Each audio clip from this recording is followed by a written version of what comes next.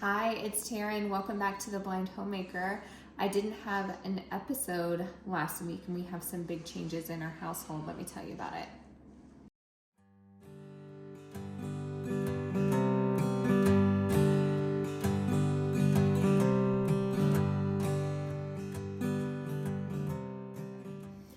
So for those of you who don't know, our youngest daughter has a rare genetic disorder, and as part of that, there are some issues with her muscles and her bones. So she has some deformities in her ankles and in her knees and some really tight muscles. So she actually just had really major orthopedic surgery. So she has screws in both tibias, plates in both femurs. Then she had muscle releases in her calves and her feet. So she's going to be in casts until May 21st. And it was a lot of stuff on her legs. So that surgery was done a week ago and her recovery is going pretty well. She's just started to be able to put some weight on her legs and the pain is getting a little better, thankfully. We went on a walk for the first time today, so after this clip, I can ask my beautiful assistant to put that clip in. But getting some sunshine, I feel like really made a big difference. And we're just so thankful to everyone who's shown support and sent messages. And we're also so thankful we put out a wish list and I had to keep adding things to it because y'all are so kind and thoughtful that y'all kept clearing out the wish list for her. And I just want to tell y'all from the bottom of our heart how much we appreciate that, because I mean, I'm sure you can imagine recovering after surgery is kind of terrible. So having her like occupied with lots of new things and new toys and busy things to do has been really helpful. So thank y'all. And she has a little message too that we can add towards the end. I also have some footage of the video that was supposed to go out last week, but we just weren't able to pull everything together. But it was me prepping some food and prepping the house for Scarlett's surgery. So check it out. Flashback. Hi, welcome back to The Blind Homemaker. We're doing something a little bit different today. My youngest daughter is having a big surgery in just a couple of days, so we're gonna have some family coming to stay. So I'm gonna show you what I'm prepping to be ready for after her surgery and how I get my house ready for house guests. The first thing I started this morning is some bone broth. These are just 2 rotisserie chickens from Costco and I pulled the chicken off of the bone. Honestly, I meant to start it last night and I forgot. So I'm doing it on the stove top because my daughter is having orthopedic surgery. And I believe in like ancient nutrition and ancient wisdom, which would say like helps like. So I want to make the bone broth with the gelatin and the protein and the healing properties so that she can have that. Plus, I just really like it too. So I'm gonna let it simmer here on the stove for pretty much all day long. I would have put it, my oven has a slow cook feature that I really like. I would have put it in the oven on slow cook for like 24 hours, but we are where we are and it is what it is. So that's what we're gonna do. I'm also gonna make homemade Jell-O, lemonade Jell-O. You can make your own homemade Jell-O with grass-fed beef gelatin. So that's what we're going to do. And the beef gelatin's also really good for you. So how I'm gonna do that is I got this lemonade from the store and I'm gonna do 2 quarts of the lemonade in a pot on my stove. And in case you're wondering how you pour as a blind person, I have my finger on the inside of the quart jar. And as I feel the liquid come up, I know that I'm good. And then I use one hand to make sure I'm not gonna pour outside of the pot. And we're gonna do the same thing again. So I'm just holding it with my finger on the inside. I'm using a quart-sized mason jar. And this is a big jug of lemonade. I'm shaking a little. I worked out my arms yesterday and I'm so sore in my arms. Okay, so I'm going to turn the heat on and bring this up to temperature. You want it almost at a boil for the gelatin to be able to dissolve. Someone asked me about this the other day, how I turn on my gas stove. So I listen. So I'm going to push in the dial and turn it, and then I will hear the tick, tick, tick, tick, tick, and then if you listen closely, you'll hear a whoosh, and that's the fire starting. So let's see if we can get this out on camera. So I'm pushing in, and now there was the whoosh. It's that easy. The next part of the gelatin is I'm going to do, for 2 quarts, you're going to do 2 cups of the grass-fed gelatin powder for the Jell-O. My kids, the last time I made it, they wanted the Jell-O a little bit softer. So I'm gonna do more like 1.5 cups, but that's the official recipe. So I'm just gonna let this come up to almost a boil, and then I'll add the gelatin and I'll bring it back because we've got to whisk the bejesus out of it, because if not, it'll clump up. I'll show you what that looks like. I'm adding the gelatin now. This one's a little bit harder because it's harder to fill, but you know, like I always say, we'll have something edible in the end.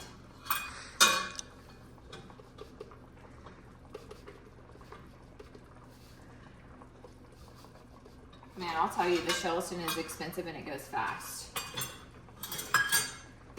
So I added the gelatin powder into the lemonade, turned off the heat, and now I'm going to whisk big time because this will want to clump up, and you do not want clumps of gelatin in your Jell-O.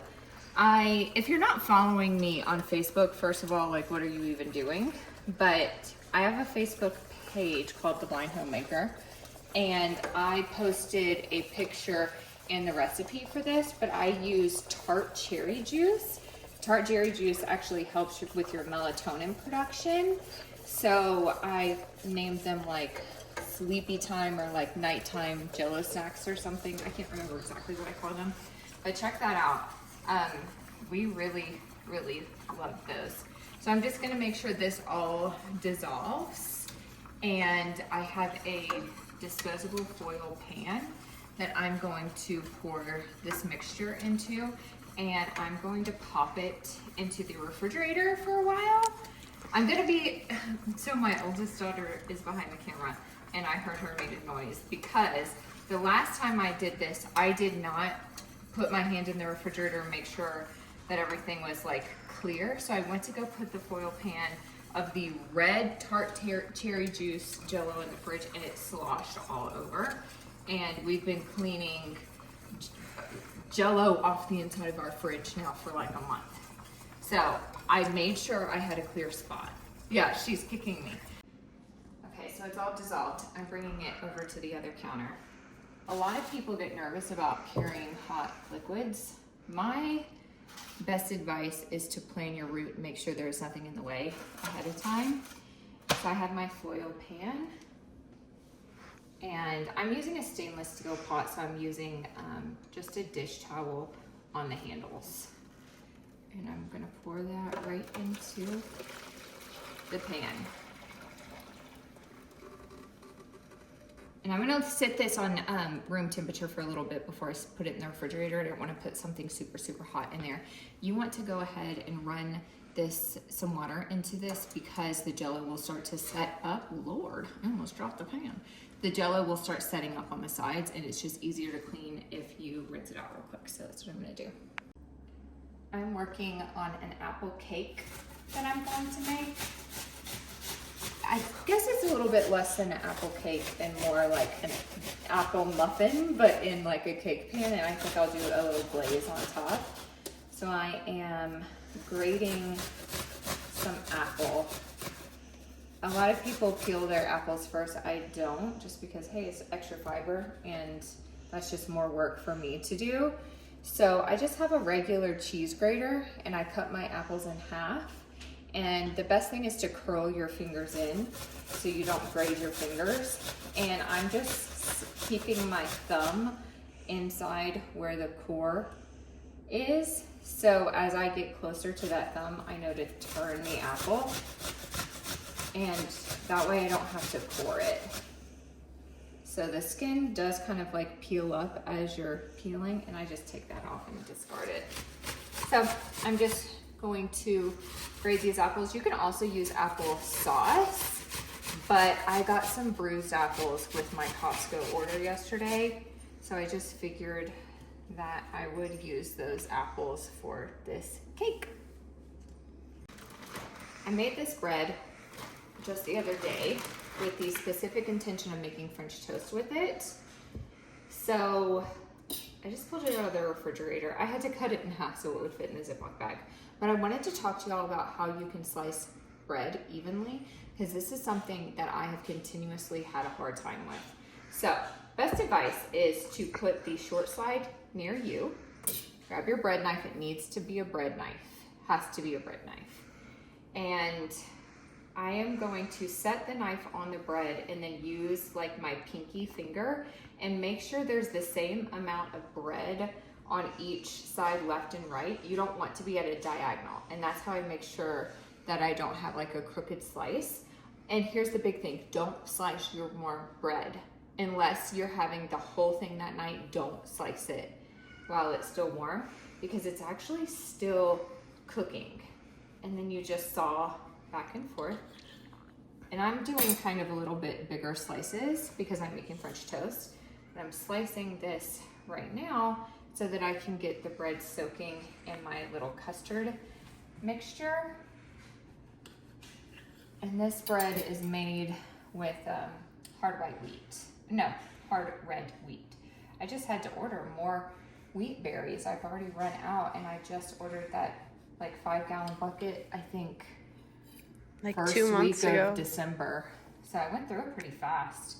But for the custard, I'm going to use eggs, milk, and vanilla.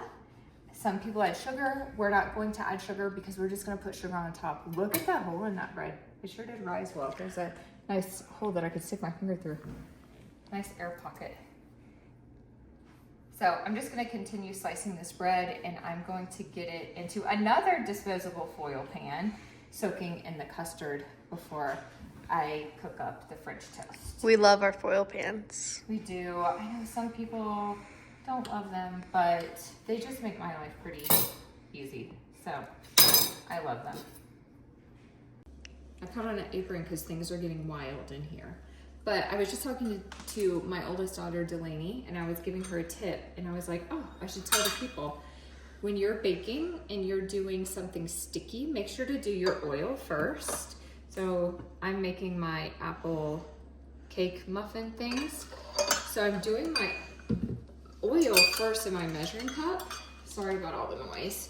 Then I'm adding my maple syrup, and the oil will make it to where the maple syrup does not stick in the measuring cup.